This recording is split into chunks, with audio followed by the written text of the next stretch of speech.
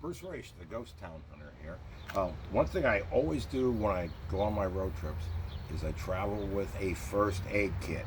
Well, it's not so much a first aid kit as a box that I fill with everything in the world that I can think of.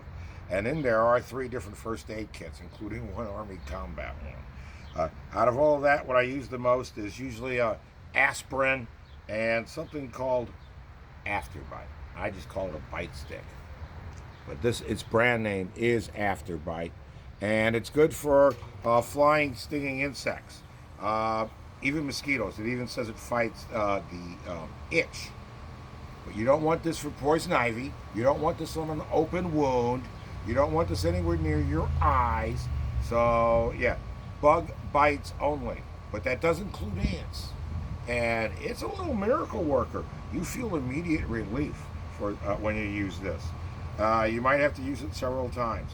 I've had it myself for with hornet bites, yellow jacket bites. When I'm out there camping, you run into these things, especially the yellow jackets.